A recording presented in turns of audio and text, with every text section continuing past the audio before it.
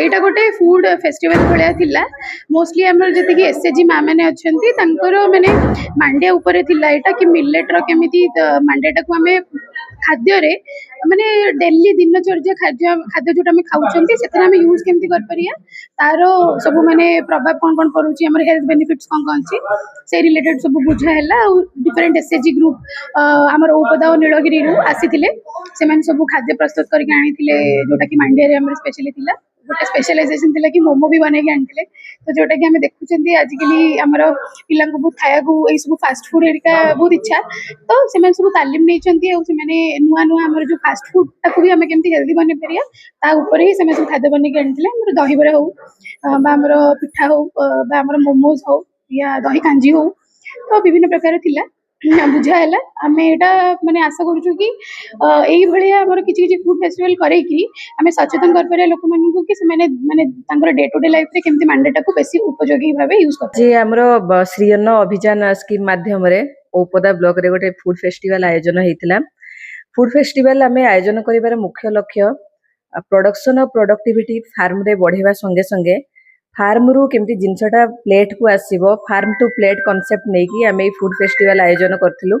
ଏଥିରେ ଆମର self help ଗ୍ରୁପର ମା ମାନେ ଆସିଥିଲେ, ଫାର୍ମର ଆସିଥିଲେ, ଆମର ବିଭିନ୍ନ ଷ୍ଟେକ୍ ହୋଲ୍ଡର ଯୋଉମାନେ ଅଛନ୍ତି ଶ୍ରୀଅନ୍ନ ଅଭିଯାନର ସମସ୍ତେ ଉପସ୍ଥିତ ଥିଲେ।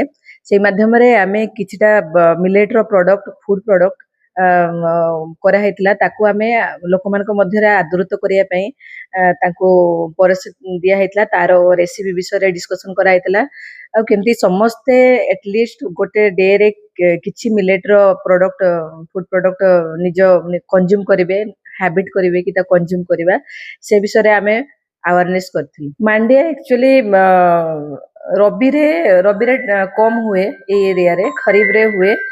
ଆଉ ଆମର ଔପଦା ବ୍ଲକରେ ଯେହେତୁ ଟାର୍ଗେଟ ବି କମ ଅଛି, ସେଥିପାଇଁ ଅଳ୍ପ ଟାର୍ଗେଟ ଅଛି, ତଥାପି ଆମେ ଟ୍ରାଏ କରୁଛୁ ଡିପାର୍ଟମେଣ୍ଟ ଏବଂ ଆମର ଯୋଉ ଅଛନ୍ତି ଏଜେନ୍ସି ତାଙ୍କ ଥ୍ରୋରେ ଟ୍ରାଏ କରୁଛୁ ତାକୁ ନେକ୍ସଟ ବର୍ଷକୁ ଆଉ ଟିକେ ଆମର ଏରିଆ ବଢେଇବା ପାଇଁ। ଆଉ ଖରିଫ ଲାଷ୍ଟ ଖରିଫରେ ଟିକେ ଆମର ରେନଫଲ ପାଇଁ ଇସ୍ୟୁ ହେଇଥିଲା, ଯୋଉଥିପାଇଁ ହେଭି ଏକ୍ସେସ ରେନଫଲ ପାଇଁ ମାଣ୍ଡିଆ ପ୍ରଡକ୍ସନ ଟିକେ ହ୍ୟାମ୍ପର ହେଇଥିଲା, କିନ୍ତୁ ରବିରେ ପ୍ରଡକ୍ସନ ଭଲ ହେଇଛି। ଆମେ ଆଶା କରୁଛୁ କି ରବିର ଚାଷୀ ମାନେ ଭଲ ପ୍ରଡକ୍ସନ ପାଇବେ। ମେନଲି ଆମର ଏବେକାର ଯୋଉ ଜେନେରେସନ ଯୋଉ ଆକ୍ସେପ୍ଟ ମାନେ ଯୋଉ ଫୁଡ ହ୍ୟାବିଟ ତାକୁ ଦେଖିକି ଆମେ ନୂଆ ଟାଇପର ଫୁଡ ମାଣ୍ଡିଆରୁ ତିଆରି କରିବା ପାଇଁ ଟ୍ରାଏ କରିଥିଲୁ, ଯେମିତିକି ମୋମୋଜ, ଦହିବରା, ଆପଣଙ୍କର କେକ୍, ମାଣ୍ଡିଆ ଲଡୁ, ସରବତ, ଏଇ ସବୁ ପ୍ରଡକ୍ଟ, ତା ସହିତ ପକୁଡି, ବରା, ଇଟିଲି, ଏଇ ଟାଇପର ଜିନିଷ ସବୁ ଅଣା ହେଇଥିଲା, ତାକି ଆଉ ଆମର ନ୍ୟୁ ଜେନେରେସନ ଆଉ କିମ୍ବା ଓଲ୍ଡ ଜେନେରେସନ ସମସ୍ତେ ଯେମିତି ଆକ୍ସେପ୍ଟ କରିବେ ମାଣ୍ଡିଆଟାକୁ, ସେଇ ତାଙ୍କୁ ଦେଖିକି ବିଭିନ୍ନ ଜେନେରେସନ ପାଇଁ ବିଭିନ୍ନ ଟାଇପର ଆଇଟମ ପ୍ରିପେୟାର ହେଇଥିଲା। ଆଜିକାର ମୁଖ୍ୟତଃ ଆମର ଗଭର୍ଣ୍ଣମେଣ୍ଟ ଡିପାର୍ଟମେଣ୍ଟାଲ ଅଫିସର ମାନେ ଥିଲେ, ଯେମିତିକି ଆମ ସିଡିପିଓ ମ୍ୟାଡାମ ଥିଲେ, ଆମର ତହସିଲଦାର ମ୍ୟାମ ଥିଲେ, ଔପଦା ତହସିଲଦାର, ଏଗ୍ରିକଲଚର ଡିଷ୍ଟ୍ରିକ୍ଟ ଅଫିସର ମୁଁ ଥିଲି, ଆଉ ତାଙ୍କ ସଙ୍ଗେ ସଙ୍ଗେ ଆମର ଏଗ୍ରିକଲଚର ବିଭିନ୍ନ ଅଫିସିଆଲ ଅଫିସର୍ସ, ତାପରେ ଆମର ଶ୍ରୀଅନ୍ନ ଅଭିଯାନର ଯୋଉ ଏଠି କାମ କରୁଛି ଆପଣଙ୍କର ଏଫଏ ଯୋଉ ଫରୱାର୍ଡ, ତାଙ୍କର ବ୍ଲକ କୋଅର୍ଡିନେଟର ଏବଂ ସିଆରପି ଆଉ ଅନ୍ୟାନ୍ୟ ଷ୍ଟାଫ ସବୁ ଥିଲେ।